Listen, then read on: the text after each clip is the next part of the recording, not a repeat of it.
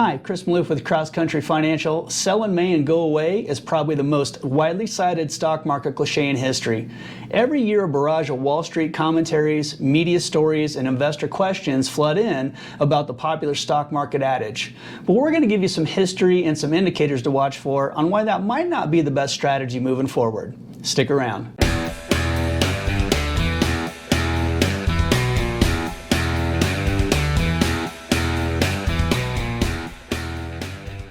In this week's weekly market commentary, we tackle this commonly cited seasonal pattern and why it might not play out this year similar to recent years. The worst 6 months of the year. Sell in May and go away is a seasonal stock market pattern in which the 6 months from May through October are historically weak for stocks, with many investors believing that it's better to avoid the market altogether by selling in May and moving to cash during the summer months. The adage sell in May and go away actually began in England, originally as sell in May and go away until St. Leger's Day. The saying was based around the St. Leger Stakes, a popular horse race in September that marked the end of summer and a return of the big traders and market volume. Since 1950, the S&P 500 index has gained 1.8% on average during these 6 months, compared with 7.1% during the November to April period. In fact, out of all 6-month combinations, the May through October period has produced the weakest and least positive on average return. But as with many things in life, it is never that simple. What have you done for me lately?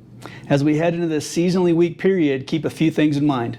First, the S&P 500 index has closed higher during the month of May in 8 of the past 9 years, so sell in June might be more appropriate. In addition, various sentiment signals we follow are showing extreme caution and fear, potentially bullish from a contrarian point of view. The CBOE VIX, also known as a fear indicator, recently spiked above 30, consistent with stock market lows. Various sentiment polls are flashing extreme fear, while money managers are sitting on a good deal of cash as well, also known as dry powder. And lastly, we don't see a recession in 2022, and despite lackluster Q1 gross domestic product reported on April 28th, we continue to expect economic growth of 3% this year, led by strong corporate earnings, accelerating business investment, and a healthy consumer. Here's the catch, and there's always a catch. These worst 6 months of the year have been quite strong lately. In fact, stocks gained 9 of the past 10 years during these 6 months, so although our guard is up for some potential seasonal weakness and choppy action, be aware it could be short-lived and consider using it as a buying opportunity. Is this actually normal? Clearly 2022 has been one of the worst starts to a year ever for stocks, but how rare is it? Here are some statistics to potentially help calm some nerves. The S&P 500 index has fallen 13.9% peak to trough this year, near the 14% average of all years since 1980. In other words, this year is fairly average so far. During midterm election years, the average stock market correction is 17%, but stocks rebound 32% on average in the 12 months following those midterm year lows. Of the last 21 times the S&P 500 has corrected double digits in a given year since 1980, stocks rallied back to end the year positive 12 times. During those 12 positive years, the average gain at the end of the year has been a stellar 17%.